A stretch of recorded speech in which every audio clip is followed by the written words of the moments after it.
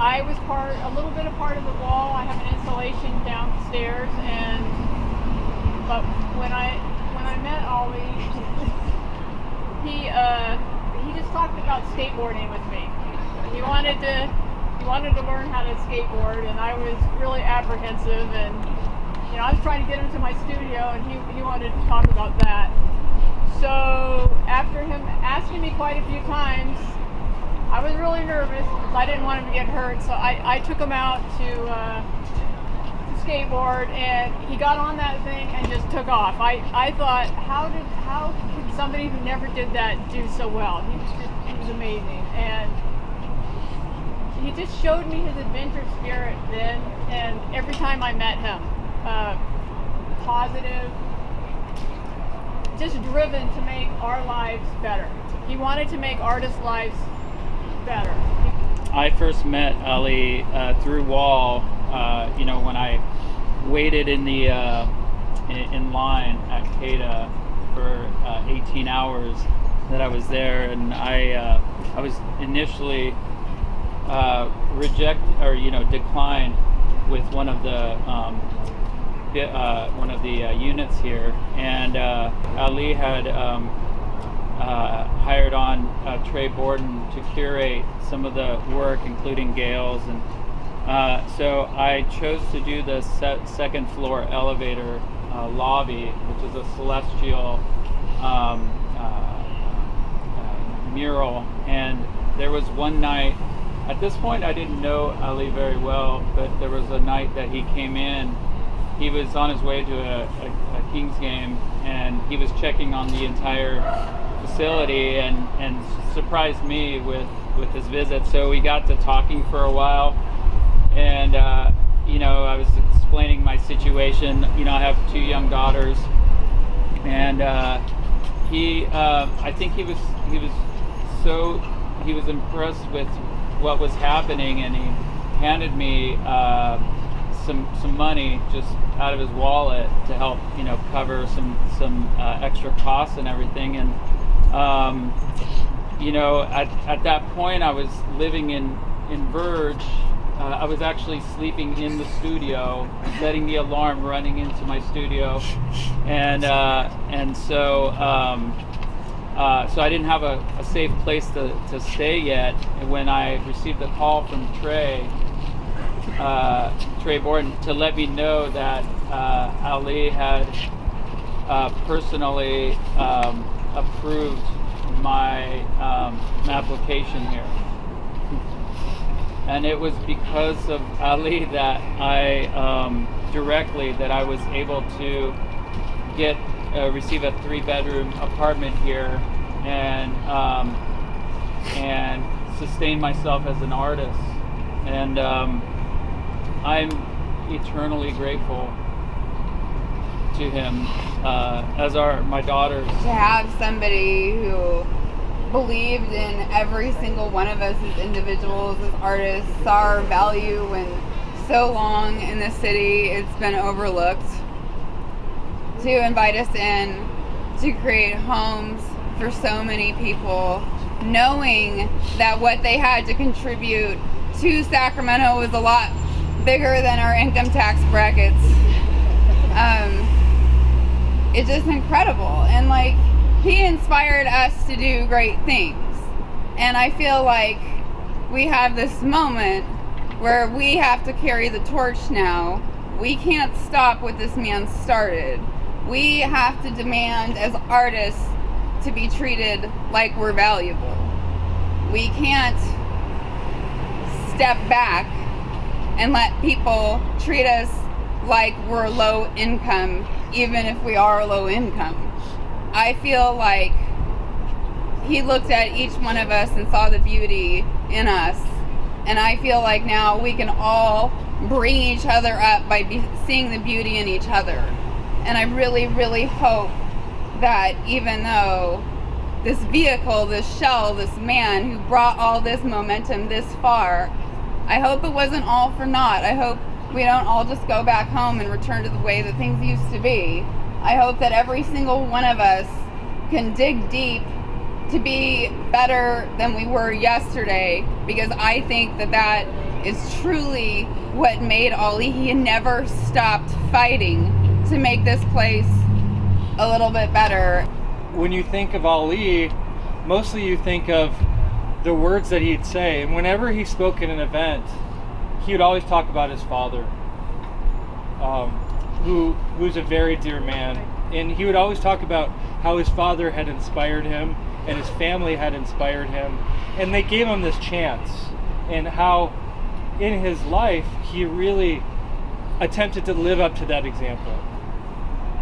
And as we think about him right now, not only is the loss really hurt, it stings very deep, but there's also embedded in it a call to action for many of us that really not only loved him but believed in him and wanted to see him fill this leadership role in a generation that really needs leadership, not only to build the WAL or Market 515 or the affordable housing at 1717S or the 700 block or the 800 block. I mean, the projects he had were only a piece of his legacy. It was really the people that were his legacy, and his work with the Center for Contemporary Art, bringing that together with the Verge Center for the Arts to make a stronger organization together. The work with local entrepreneurs that he and Bay Mary have done to give our makers, our restaurateurs, the small business people a chance to thrive in a world that usually favors the big guy over the small. He was magical, and I know where that came from because I had the privilege before Ali entered the development field at all to work with his dad. The other word that encompasses what Ali had that his dad also had was fearlessness. And I guess if you believe in magic, what is it that's going to hurt you? Because in your back pocket there's always that magic. The risks that Ali took and that Cyrus has taken,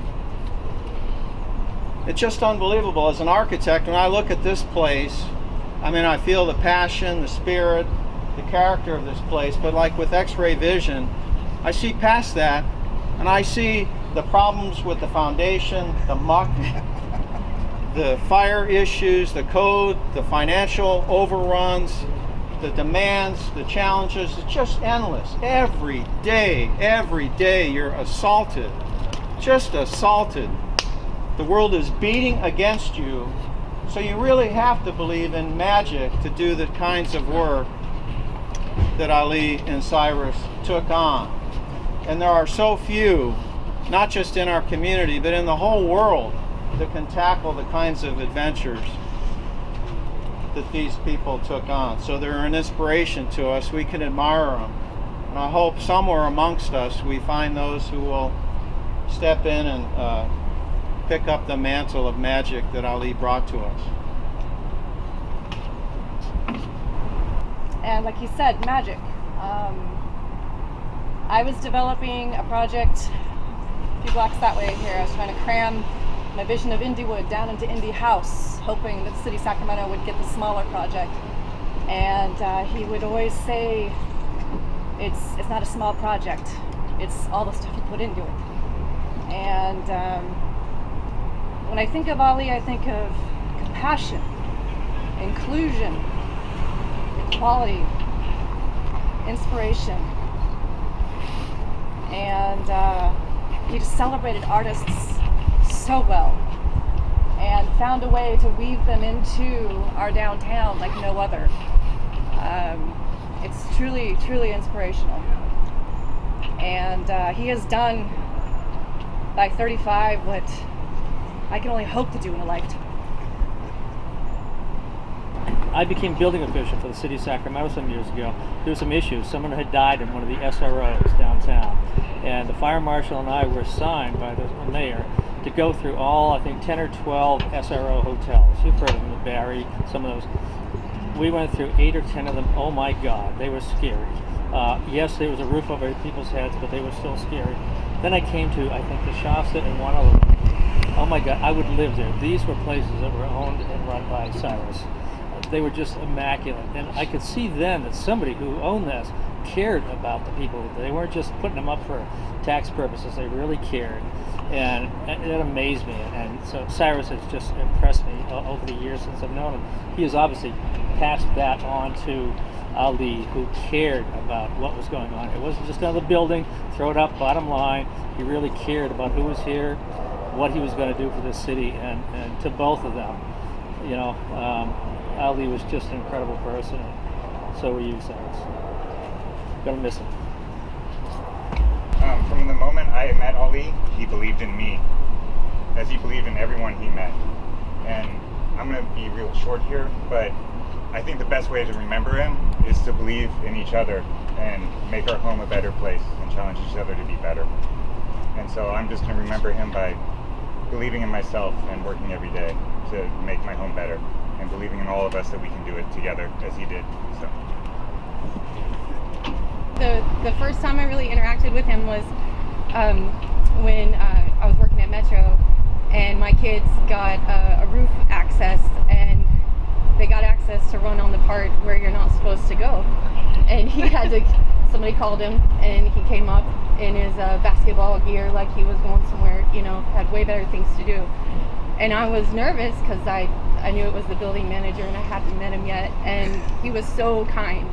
He was just so kind, just like the kindest, like Jesus in the pictures, you know. Like, hey kids, come over here for a second, let me talk to you. And just that kindness from a stranger to someone totally violating his building was just like the ultimate. And from that moment on, when I knew him from Fish Face and he came over to the new Fish Face, it was just I always saw that kindness in his eyes. And if that's one thing that you can take from this, is just pass on that kindness, because it makes all the difference in the world. He did so much for Sacramento, and I've never felt a loss in my entire life like I feel with Ali having passed, because he was 35 years old, and I always thought he was much older than that. I mean, I'm 20 years his senior, and I always thought that he had as much, if not more knowledge than me. We have to look really deep into where Ali came from, and there's something to be said about the way he was raised, the family that gave him love that he could share with everyone else. So my hat to his family, but then again, it's, you know, family can give you all the love in the world, but if you don't take it and run with it, and what a loss for Sacramento. Thank you. Of course, Ali was a great supporter of the IRC in this community, helping refugee families. I would volunteer at the holiday parties and help out how I could. My brother also worked there.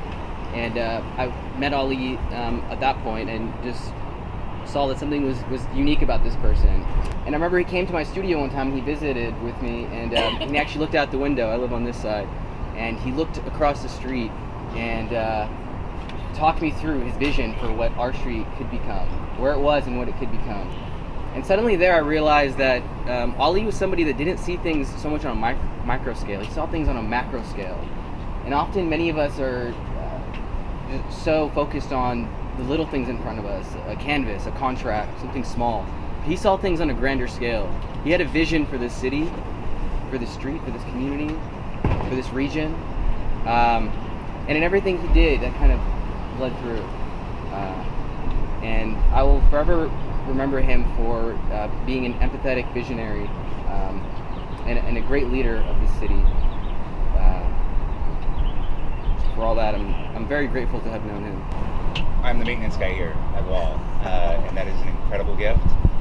Ali has built this incredible web of impacts throughout all of Sacramento, throughout so many people. I got hired on as a maintenance guy, just doing what I do, fixing things.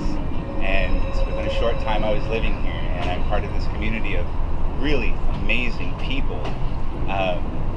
And people are always asking me, why are you working on your day off? And I'm like, because I love this place. I will do anything for this place, you know. Go and way above my pay grade to just do what I need to do, because I want this place to succeed. I will fight for this place. I will do whatever I need to.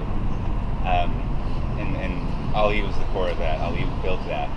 I'm gonna push, and I'm gonna keep this place going. I'm gonna keep the lights on, do everything I can here to keep fighting for all these dreams.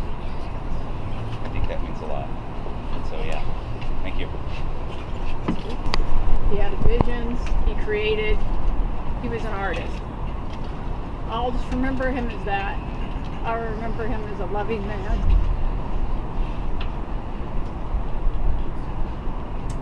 Who loved us through material things, who showed love in his demeanor, in his temperament.